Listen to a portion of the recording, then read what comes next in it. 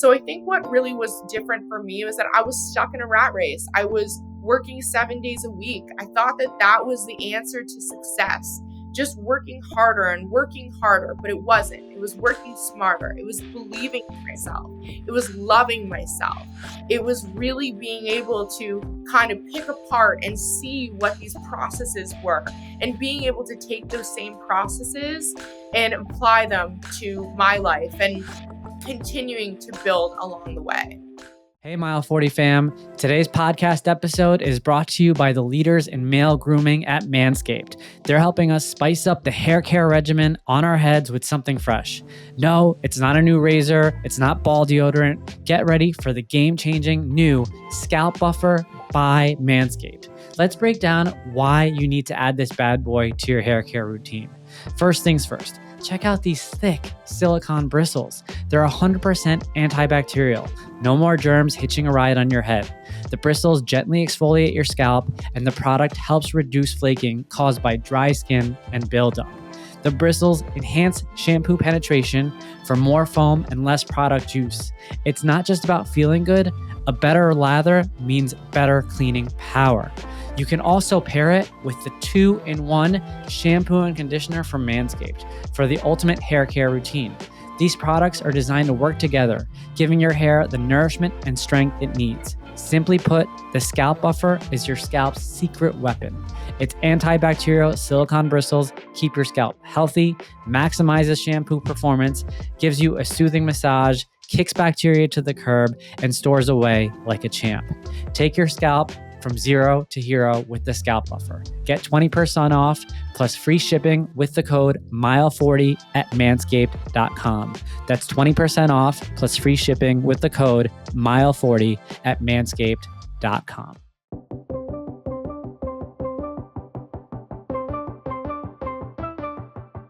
Thank you for tuning in to the Mile 40 podcast.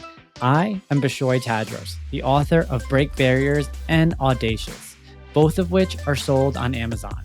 And I invite you to join me as I engage with guests to discuss those bounce back moments that we encounter on our personal journey. Mile 40 is a forum to learn about how athletes, professionals, and leaders of all backgrounds stare down moments in life where the only option is to rise up. The Mile 40 podcast strives to remind listeners that the comeback is always greater than the setback. Welcome back to another episode of the Mile 40 podcast. Thank you all for continuing to tune in. Your support is greatly appreciated. These guests keep getting better and better, and I am so grateful for everybody who's helped spread the word around Mile 40. If you haven't already, take a second, hit subscribe if you're listening on Spotify, Apple Podcasts, YouTube, wherever you get your podcast from. Also, do me a solid, give me 5 stars.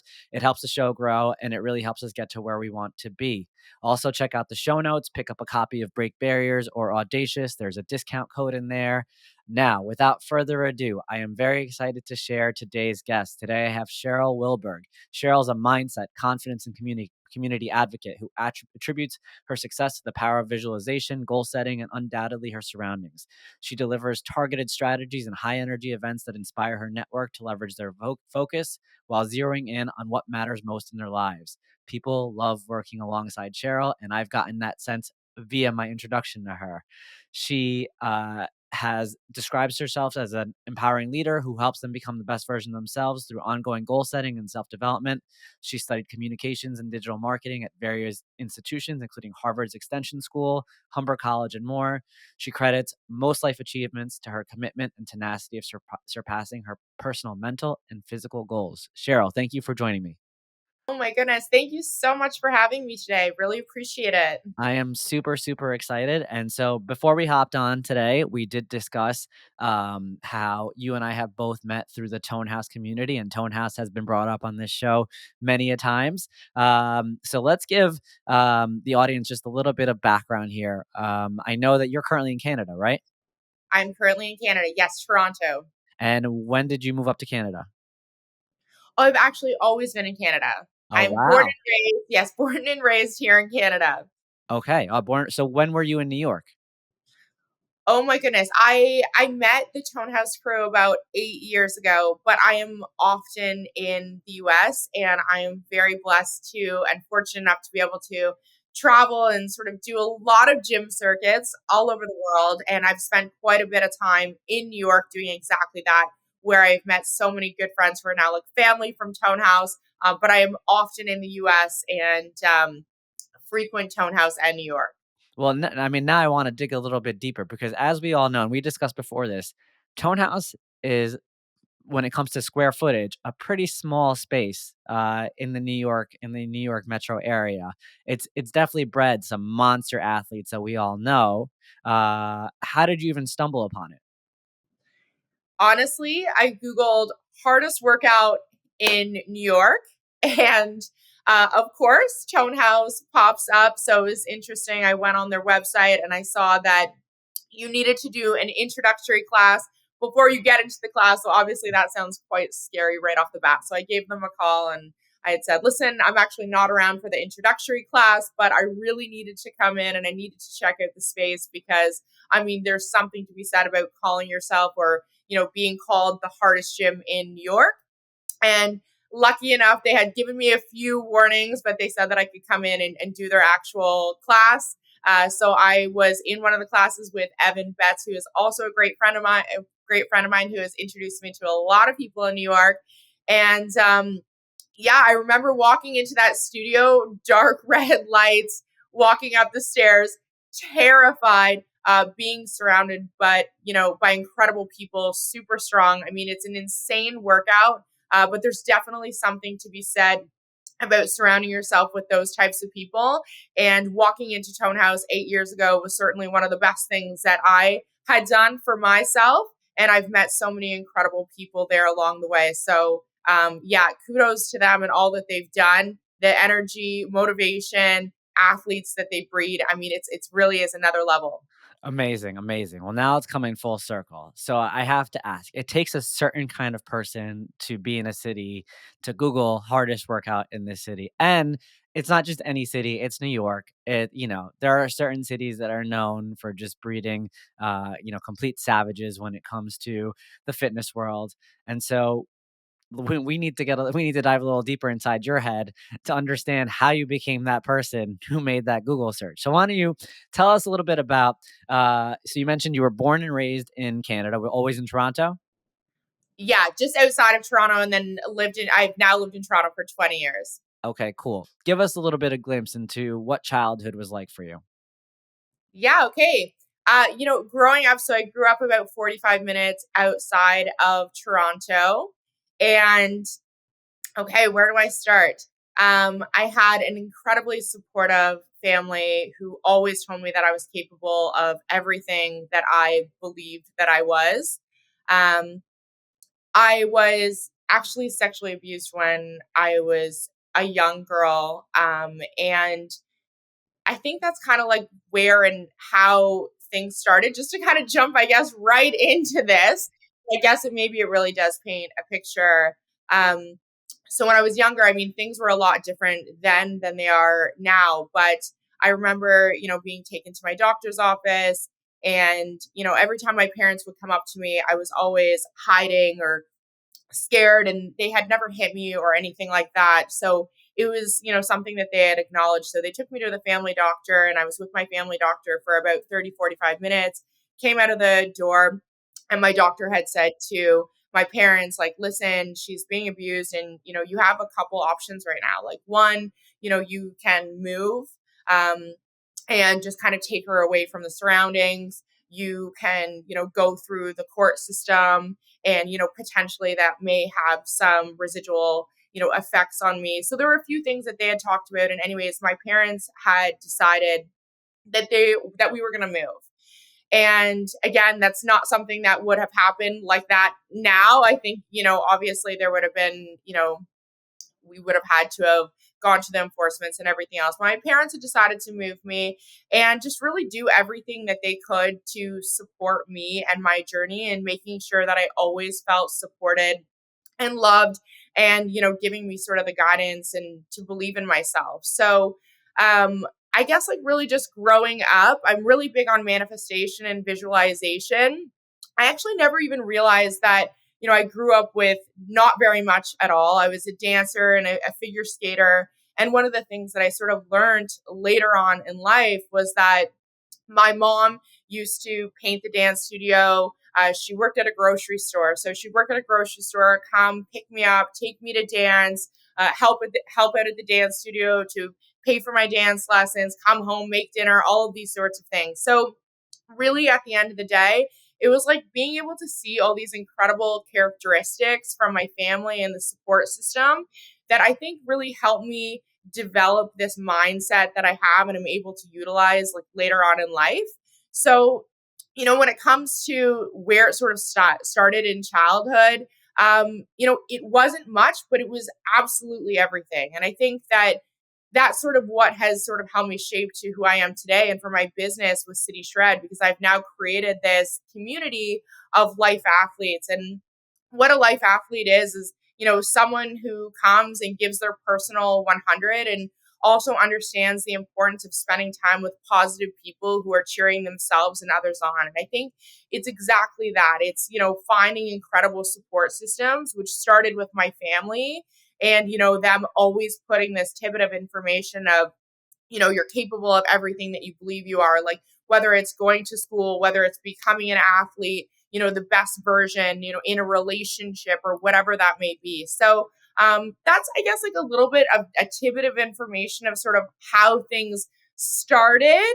And, maybe now why I'm so interested in always being surrounded by people who are, doing hard things or doing incredible things, because, I think at the end of the day, it's not necessarily, having a family that was athletes. It's understanding characteristics and maybe reverse engineering exactly that, because I didn't grow up with someone was an athlete, but I grew up with parents that were extremely hardworking, and it knew exactly what it took to give me the life that maybe they never even had. And it was being able to take that and now kind of finding that in various ways or different areas of my life. And I've always been extremely obsessed with being around high achievers. And so, going into New York and finding the hardest gym that I possibly could for me was something that would be like a no-brainer. And it wasn't so much as like being able to walk into the gym and being the best in the class. It was by being surrounded by the best and being able to take that energy and bottle up that energy and say, okay, cool. Well, see it to believe it. I saw it. We're there, we're doing it. We're all supporting each other. And now we're going to rise together. Wow. Thank you so much for sharing that. And thank you for your vulnerability. I know that, it's not always easy to just kind of jump into something like that and to share that. So thank you for opening that dialogue for us, because it kind of really does give us some insight into what you had to navigate. And I mean, I don't want to drill too deep into this, or I want to go as far as you want to go. But when you go back to your years of battling abuse, how young were you?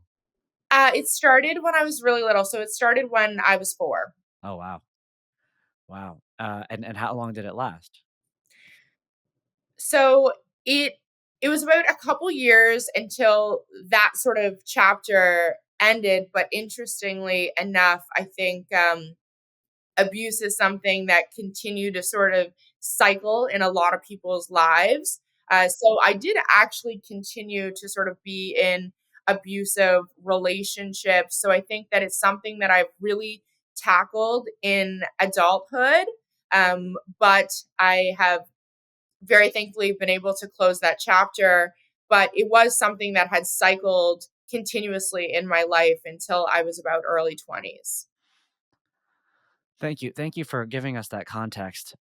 I and I want you to answer this question with regards to just helping us understand when you think about how you've built yourself up. And I remember reading in your bio, and I'm going to pull it up, that you boxed your way into an amateur fight to overcome anxiety. Is there any parallel between that history and who you are as an athlete, or was the chapter closed and then the new chapter as an athlete begun? So first and foremost, I have always loved pairing physical and mental goals. I think that, the one thing for many of us is, and especially nowadays, we talk so much about personal development, but, we can't see a lot of those results in the beginning. But what I love about physical goals is that you certainly can.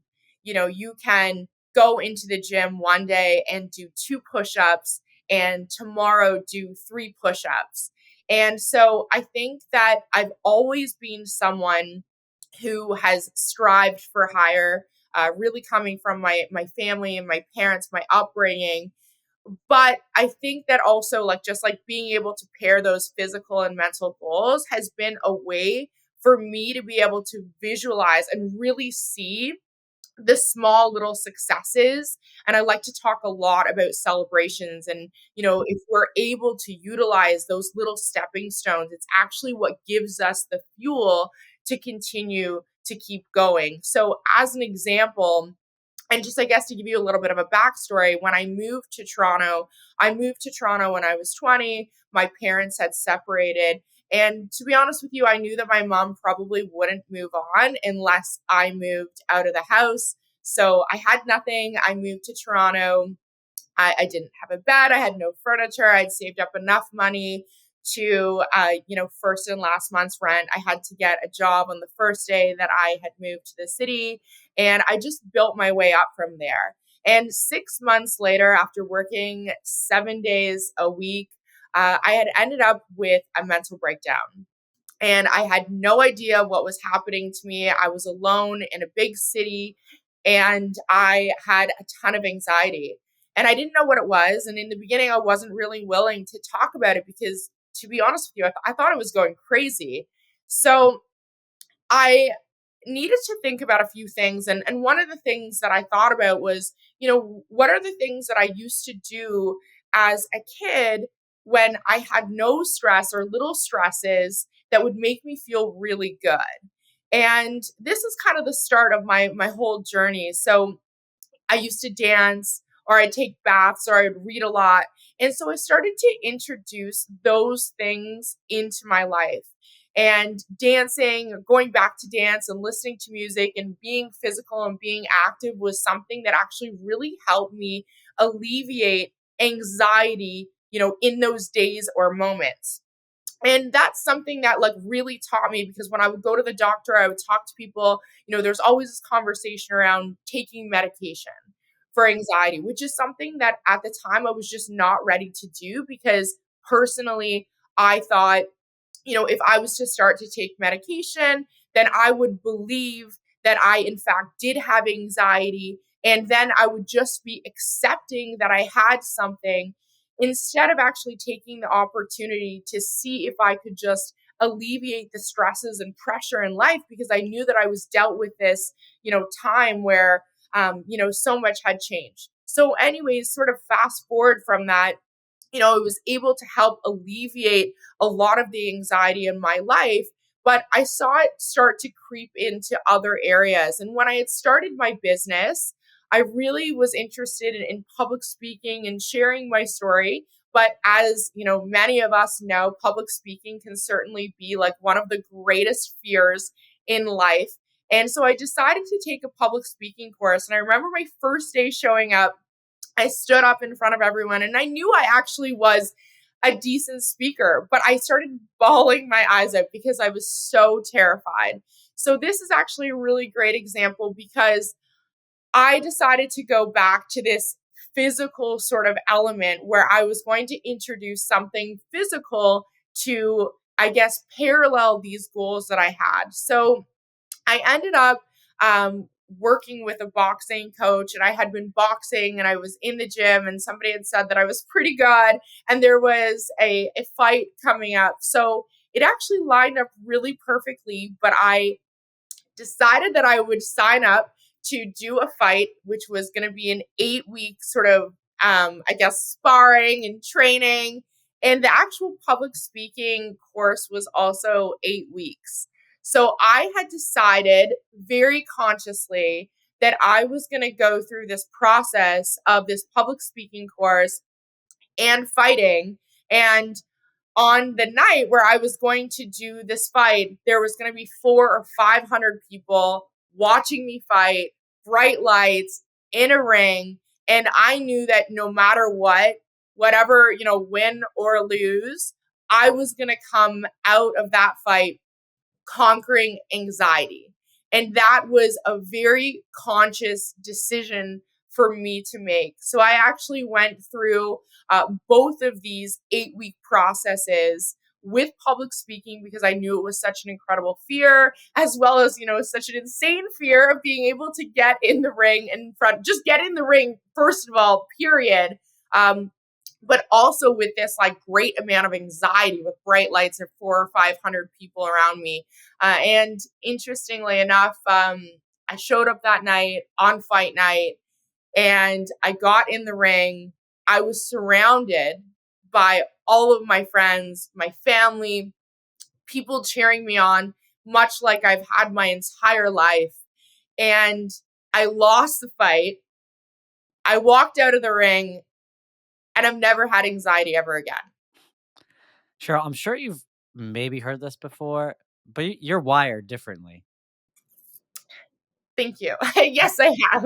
In a good way, obviously. You're definitely and I do think it all goes back to what you had said earlier around how you talk about visualization and manifestation. And I think that you would agree with me, and I talk about this all the time about how sometimes in order to rise, you need to fall down, right? And, I think about you walking out of the ring, and despite the fact that on the surface it may appear like you lost, deep down inside, you know that you actually won. And I think that theme is really central to the message, not only of this show, but a lot of the stories that have come on Mile 40. And I think that's a really, really good picture to paint for the listeners out there. Like I think like there's a lot of confidence in knowing what it is that you're chasing on the other side, and it may not be what everybody around you thinks is defined as the real victory. Um, but that being said, I'm going to pivot us really quickly because, again, looking further at your bio, I know that you're one hell of an athlete because placing second on an Ironman is no small feat. So, talk to us a little bit about, and I know based on what you've shared so far that you clearly had a passion growing up, but you're definitely above average when it comes to your ability to compete as an athlete. Was there a certain sport? You mentioned dance earlier, but is there a certain sport that kind of carried you? No, there wasn't actually. Just always been active, and this is one of the things that I think about a lot because, especially now as a triathlete, a lot of people will say that you know maybe I have talent, and that's something that I think about. I mean, is talent in the body or is talent in the brain? Because you have to believe in yourself. And I didn't swim and I didn't cycle and I didn't run, but there was something that was like definitely different from me. And just as one of the things that I acknowledge, like when I started running, I'd show up to run groups and, there was already kind of defined, like, maybe these people right here, they run a little bit slower and these are the really fast runners. And it's interesting how when people show up to something, they place themselves accordingly. And what's different for me is that, I mean, I would never place myself as a slow runner, even though I was never a runner, because if you believe that you're a slow runner, you're going to be a slow runner. So there was no specific sport. It really was just a belief. When I started doing triathlon, to be honest with you, I was in a relationship with somebody who had wanted to do an Ironman, and I do half Ironmans. And so he was the one who sort of got me into it, and I hadn't done any of these sports. And so one of the things that I had asked my girls to do that had worked for me, I'd asked them if they could take the finish line and again, going back to this visualization, and take a picture of me and put me on that finish line with the award around my neck. And so I always start backwards. I'd already seen myself at the finish line. And then from there, it's just the journey, right? So it's about enjoying the journey, being surrounded by great people and believing in yourself. So no, to answer your question, there was never a sport that carried me. It's just always curiosity and the want for something more and something bigger. And, perspective is something that we own. So, I have always had this perspective of my abilities and just being grateful for the opportunities. And I think because of all of that, I've been able to grow and maybe achieve other things that maybe some people haven't. And I think it really just comes from the belief in myself. Absolutely. And I think that's such an important point. Like, I don't want to fly past it because as a runner myself, the phrase you'll see out there is that running is 90% mental, especially when you're running a distance race, right? Especially when you're talking about those last final miles and trying to get yourself to the finish line.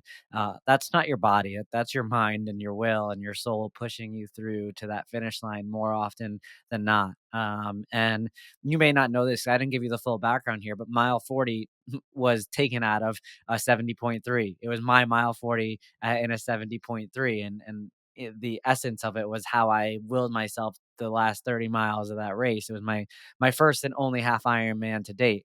Um, but I think there's a lot to take away from this, especially if you're a listener listening to this, and you think to yourself, I can't, or I don't belong out there, or going back to the idea of, you know, going to that run club and trying to figure out where you belong.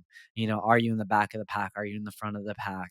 And Cheryl, I think you'll attest to this, and this kind of brings us back to the very beginning when we talk about Tone House. When you put yourself amongst some of those elite athletes, some of those people who have proven themselves in their craft, one of the things that you realize is those are the people who are most likely going to be pulling you up to the front.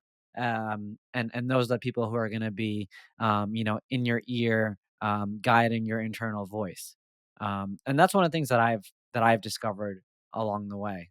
So I want to make sure, we double down on that. I think, um, it all kind of also corroborates with what you're doing now and the messaging that you're putting out there right now. Your messaging isn't like, "Hey, here's my training regimen." It's more so around, um, what are you doing to build your future vision, and how are you slowly taking the steps to get there one step at a time.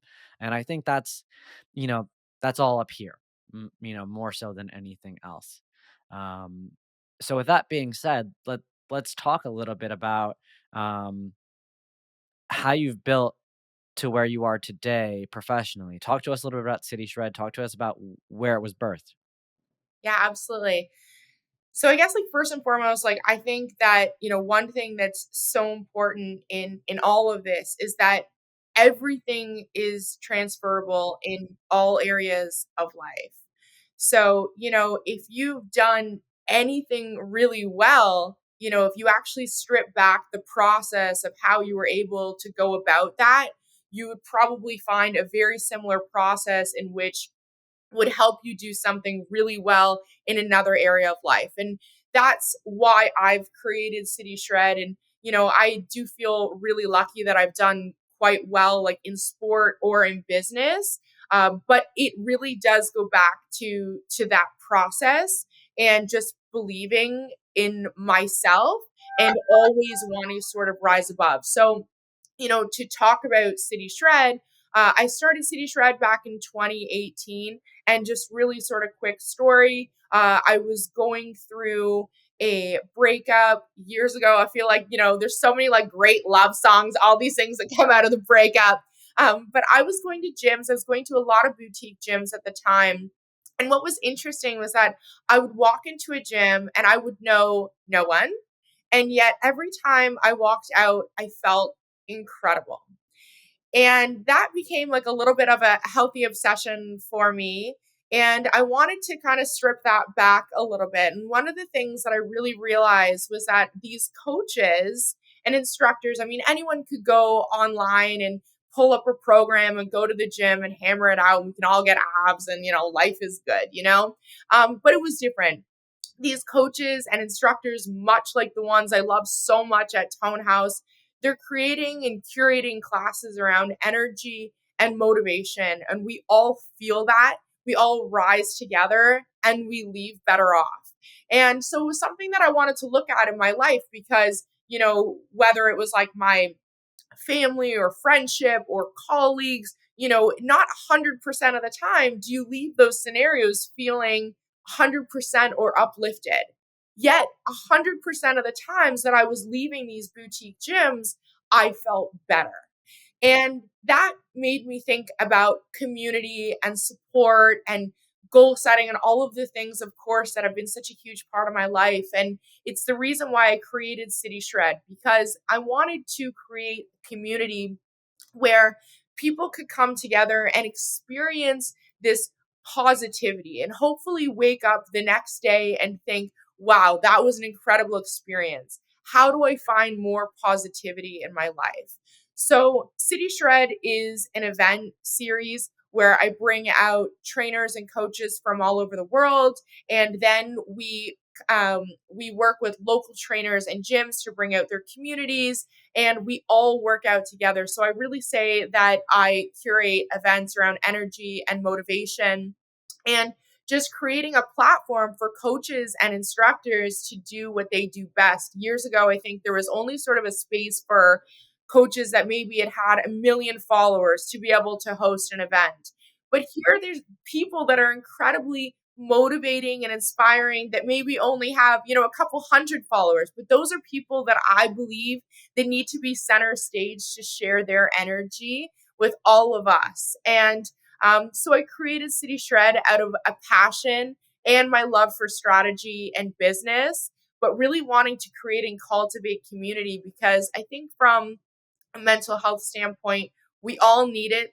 We all need positivity. And I knew even for myself that, being someone who is, incredibly determined in all areas of my life, it's something that had benefited me so much. So I thought, okay, if this is something that really benefits me, I think that it will benefit others as well. And that's, I guess, a little bit of the backstory of why I created City Shred. And I think it just goes to show over the past few years, City Shred has really grown. We're launching into New York and into LA this year. And it really has just been about this positive movement, about bringing people together and seeing it to believe it. I mean, if you're out there and you see positive people and you're being cheered on by your peers, I mean, that's something that we should all take a look inside and say, how can I get more of that in my life? And once you start to understand that these things are all transferable in all areas of your life, that's how you really start to create and manifest the life that you deserve. And that's why I created and that City Shred in a nutshell. I mean, I think the idea is obviously fantastic, and I've seen the execution just based on what I've seen and what James has shared. But my question to you is, as I even hear you speak about it, it doesn't even feel like there was an ounce of imposter syndrome there. Like, how did you take it on, and how did you execute, and how did you do it in a way where, in a space that, quite frankly, does have a lot of other people, it's very saturated. um, how did you keep pushing through?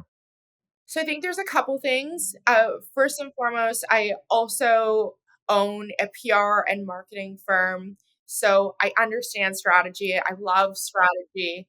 So I actually pitched the idea of City Shred years ago to a client that I was working with, and they had come back and they had said, listen, we don't have the manpower to do this event, but we'll actually write you a check and we'll be your first sponsor for you to go and host this event. And that was really amazing for me. One, I think I'm very passionate about the strategies that I put forward.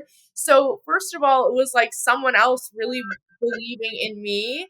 So that was a huge sort of, I guess, light bulb, if you will, because I've never, at that time, I was never, forward facing. I was always behind the scenes and helping other people grow their brands. But I think from that, because I really believe that life and success is about a feeling, because I had felt that, I was not scared or worried to sort of take on that challenge because I knew it was something that, would continue to grow with, of course, the right people, the right help, the right strategies. And it was just really something that I was willing to take a chance on. My first event, though, in Toronto, I was hoping for 200 people. I maybe had sold 5 tickets. So there was that, that was going to be difficult. And I was telling everyone, of course, our sponsors and, everyone that there was going to be 200 people on the turf. So, it was a lot of hustling. I invited everybody that I knew, working with influencers and local businesses.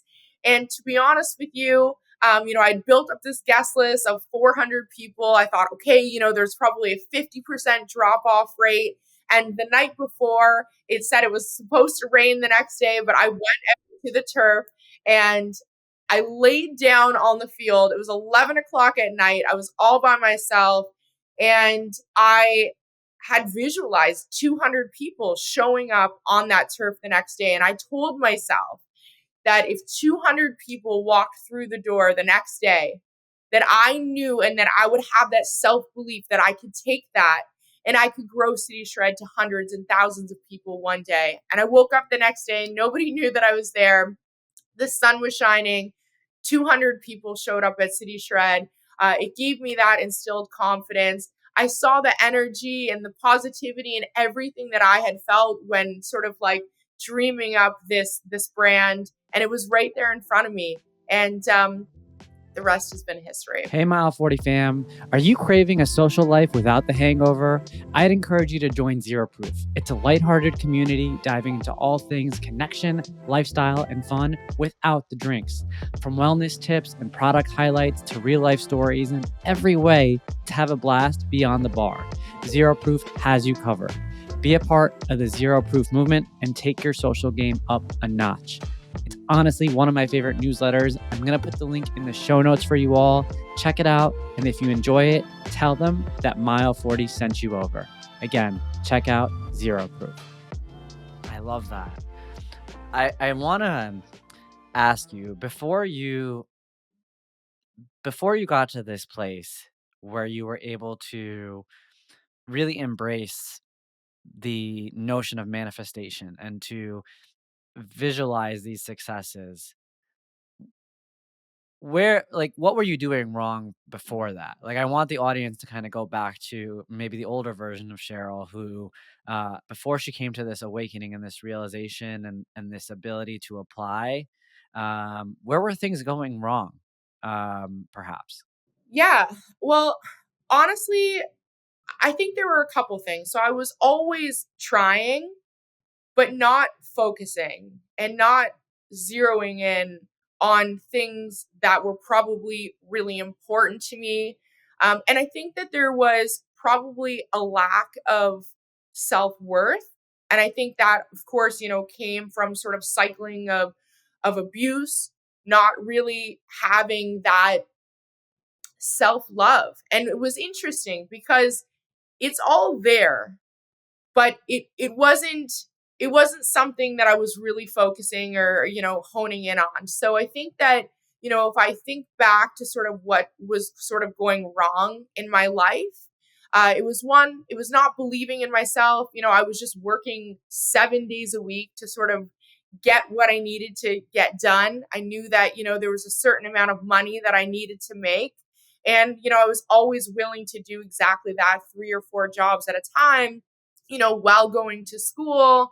But I think it really does come down to sort of understanding like our self-worth and also just like the time. You need to have time to be able to reflect and to celebrate the things that you're doing right and also acknowledge the things that you're doing wrong. So I think for myself, it was like a lot of just kind of like being in this rat race, living in a big city and not really knowing where things were going to take me, but I also didn't really know where I wanted to go either. So I think that, once I was able to sort of establish different kinds of friendship circles or just going out to networking events and meeting people, I started to see really successful people, again, what I deemed successful, and started to sort of pick apart sort of what it was that they were doing, the types of people that they would surround themselves with. And that was something that just became really interesting and fascinating for me. So instead of just constantly working harder and that sort of rat race, it was like, what is it that I really want in my life? And, what am I capable? And, what are the next steps? And I think that that's the reason why I'm so obsessed with goal setting. And not that I think that things can't change along the way. I mean, of course, we have to be able to bend, we have to be able to be resilient. Nothing is perfect, but it really is about sort of just like that forward motion. So I think what really was different for me was that I was stuck in a rat race. I was working 7 days a week. I thought that that was the answer to success, just working harder and working harder, but it wasn't. It was working smarter. It was believing in myself.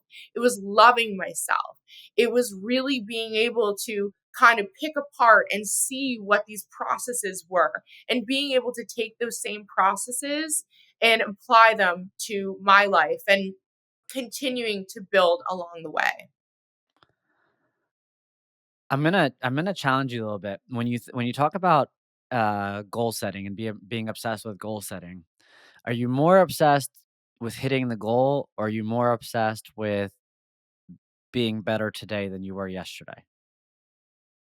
So that's a really interesting question. And I think that it often gets confused. So we talk a lot, especially, if we're going to talk about sports and running triathlon, we talk a lot about PBs, our personal bests. And this year, what I started talking about wasn't my personal best in terms of physicality, but it was mental PBs. What are those feelings? And I think that that's actually what's really important. It's not necessarily about a number, it's about being able to accomplish something and understand that effort is effort. 100% of effort is 100% of effort. So, of course, when you're a brand new athlete, like, I mean, it's very easy to hit a PB because you're just doing something that's brand new. You're going to continuously, hopefully, to do better. But it isn't about that. It really is about, how did that make you feel? What is that doing for you, maybe as a stepping stone to something else? And just realizing that life is you versus you. And if you're constantly just doing the best that you can, your best work and your best output, then that's something that I get a lot of joy from. And it doesn't need to be winning races, but interestingly enough, when I realize and kind of like hone in on the feelings and the happiness and the achievements and the celebratory pieces of life, naturally the outcome has just always been better because it always is just that race against myself. And it really is about the way that I feel. I love this for so many reasons, and I think the really cool thing is that there's a couple cool things. You've accomplished a lot on paper, but in talking to you, I don't mean this like sometimes you say this to a lot of people. I do feel that you're still in the very beginning parts of your own story. I don't actually feel like you're anywhere near the end, and that's not even in terms of accomplishments. That's just in terms of your story and where it's going to potentially take you. So there's that element to it. Then the other element that I think is really, really important, and that's a great takeaway for a lot of the listeners on this podcast is a lot of times you hear about how the world of wellness, fitness, athletics is really good for the body. And simultaneously you hear it's good for the mind. But what you're putting into practice is how it's really impacted more than that. It's within your soul essentially. And it's not And the idea of, like you said, and I love how you talked about the PBs, going beyond the times, which a lot of people listening to this podcast, myself included, as a runner, we're chasing down those numerical PBs. But this perspective really kind of, I think, opens up a new light and allows people who are listening to this podcast who perhaps haven't run their first race or who have been hesitant to put themselves in an uncomfortable situation when it comes to the world of fitness, can perhaps dip their toe in with this new approach around, it's not about the number, it's not about the amount of weight that's on, on the bench, it's not about the time it takes you to cross the finish line, but it's that measurement of how you felt before and maybe how you felt after.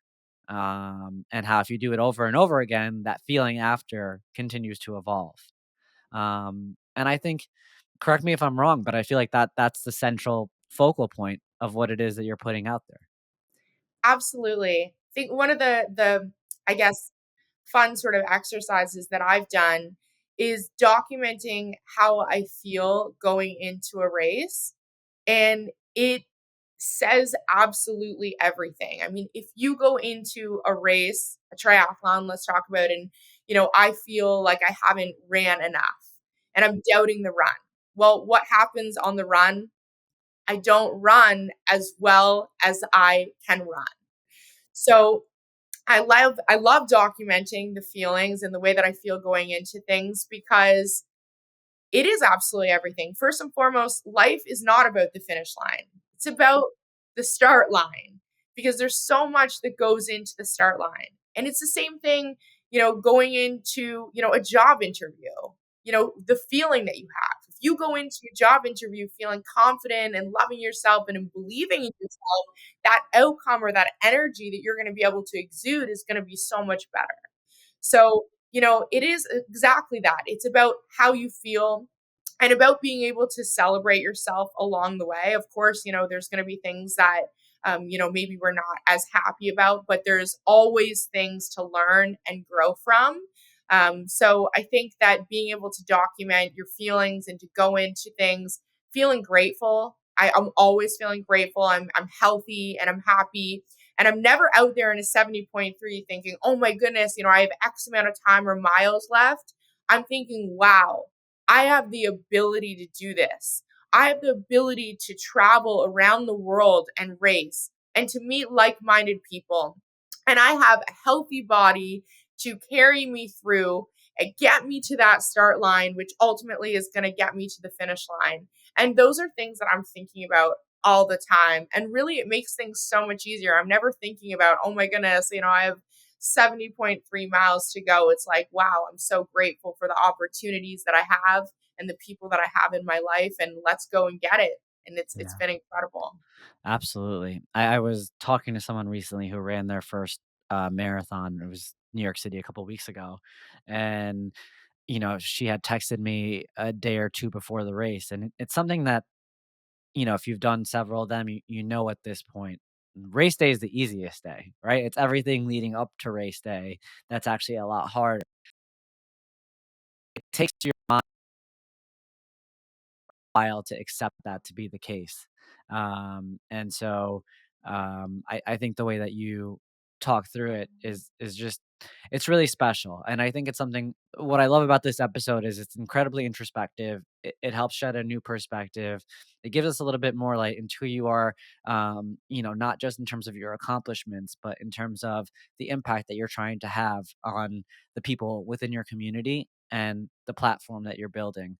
Cheryl, I just want to make sure, is there anything else, as it pertains to the work that you're doing that we need to touch on?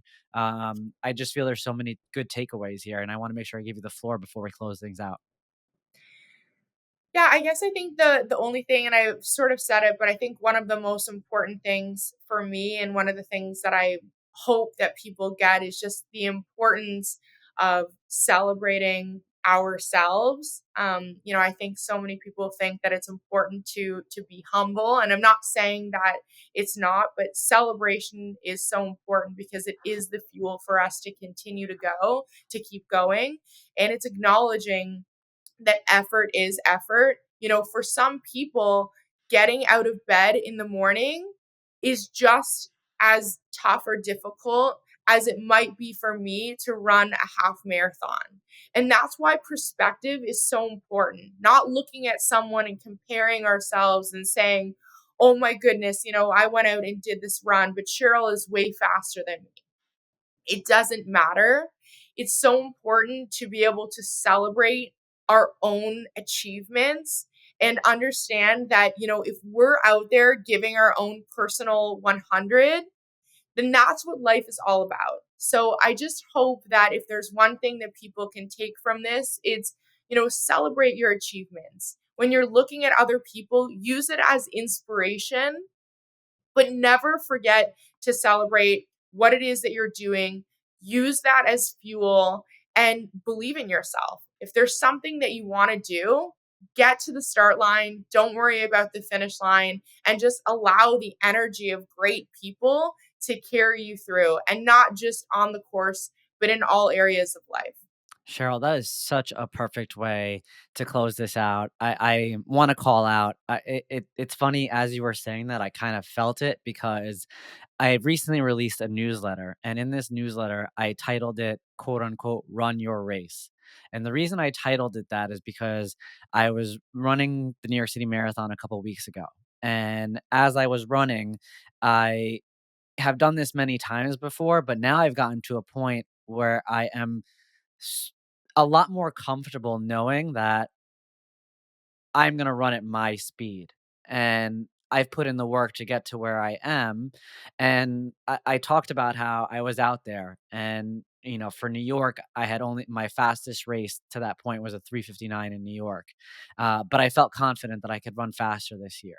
So, I was out there on the course, and I saw the 3-hour pacer run past me, and then I saw the 3:15 pacer run past me, and I kept both externally actually saying it out loud. Runners around me probably thought I was weird, and internally just repeating in my head, "Run your race," because I had finally gotten to a point where I had accepted, "Look, dude, you put in the work.